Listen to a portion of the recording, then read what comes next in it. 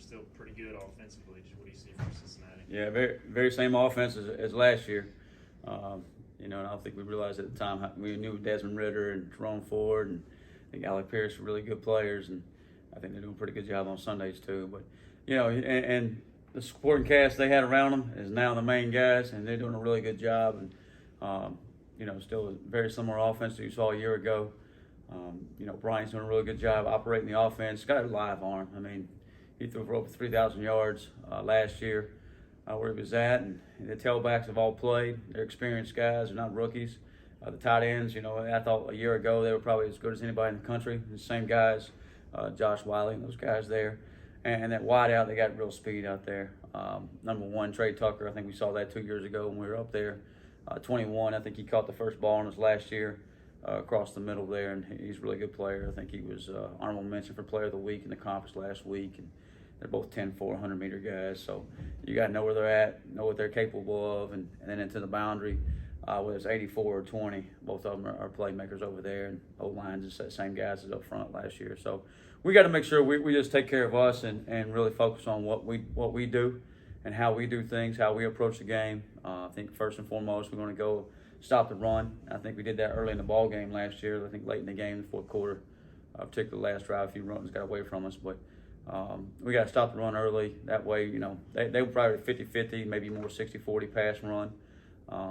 But we want to try to make them one-dimensional as much as possible and see if we can affect the game that manner. When they're a team like that who has a wide receiver who does a lot of the scoring and just is a really good wide receiver, what's the balance of trying to take him away but also not get beat by some other guys? Yeah. Well, the fact they're a balanced football team is hard to kind of put all your attention to him. Sometimes when you got a team that's going to throw the football and not really try to run it, then you can maybe double that guy up a little bit more. And the fact they got several guys, not just the wide outs that are really good speed guys and got really good hands out wide and had a big week last week.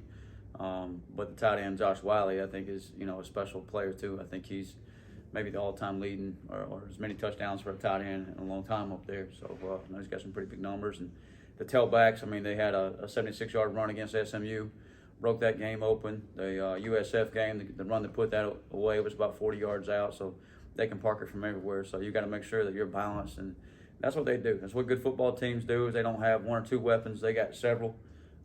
And at the same time, in the pass game, you better know who can take the top off of it, and those guys can. So we got to make sure that all our attention's in the right places, all our eyes in the right places, and then we get 11 hats to the ball and do a great job tackling. This is a team that to be the top dog in the conference, you have to beat, and I'm sure that that's something that your defense is kind of savoring coming off of this bye week, right? Yeah, ever since I've been here, ever since I got here, it was Cincinnati was a standard. I got here in 2020, and they were the standard then.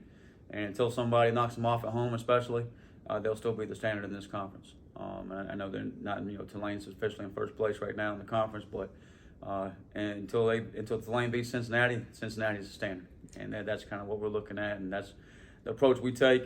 And we're excited about the challenge, and very respectful of their football team, their football program, and what they've done up there, because it's been an amazing run of what they've really done ever since Coach Fickle's been there. And the home winning streak, all those things are a credit to them as coaches, as a program, as their players. But we got to go focus on us and make sure we're ready to freaking go up there and bring our game and play our best football game of the year. What do you remember about being up there your first year at ECU? Well, it was during COVID, so it was, we had a night game up there last time, I believe, and it was just cold and dark and not many people in the stadium, and we didn't play very well. And it's a night you want to forget, to be honest. So you try to forget some of those things, but you don't, because you know exactly your performance last time, how they performed last time, and you always keep those things as a chip on your shoulder and kind of keeps you motivated. And our players, there's certain teams they pick out that, hey, these are the guys that they always talk about, and certain guys that they kind of, hey, Cincinnati, summertime, last spring, they talk about Cincinnati. They talk about the Cincinnati game. They talk about, hey, well, how we're going to play against Cincinnati this year and do those things. So those are challenges that, and every game's important. Every game's a big game because it's next game of the year. But there's some that on your schedule that are special to our players, and this is one of them, just because the challenge, just because we talked about where these guys have been and the standards they've set, and that's where we want to be. and we know that, hey, to win and be where we want to be and possibly compete for a championship, you got to go through Cincinnati. So that's the focus of us. Not that it guarantees you guys anything, but how nice was it to be able to sit back and watch them Saturday and maybe have some extra prep time instead of vice versa? Yeah, I think a lot of reasons you enjoy a bye week. I mean, just 9 straight weeks, one for our players, just kind of catch our breath and bumps and bruises, healed up a little bit. And, it also just gives you a chance to kind of sit back and re-energize. You came in Sunday and it was like, man, I feel fresh. I just feel like, hey, we got, you had a day off on Saturday, just kind of catching around, laying around, watch football.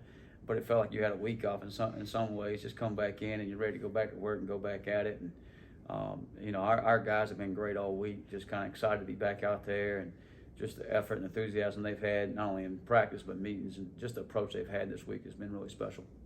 Going off of that, the senior leadership, they've got to be excited going into the fourth quarter of the season, already bowl eligible. How have they voiced and tried to motivate the team to finish the goals out? Yeah, I mean, I think that's the goal of every game, every season. It's not just you want to start great, you want to play great in the middle 8, we call it, the middle, second, third quarter, but go finish the game. And I think we've done that throughout the season. We've been in some close ball games in the fourth quarter and been able to finish them and get the win. And we got to do the same thing with our season.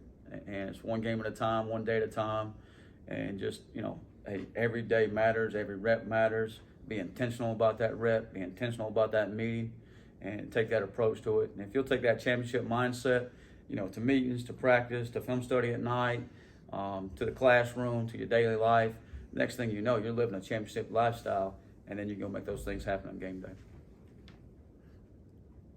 Anything else for Coach? Good. Appreciate it, Coach.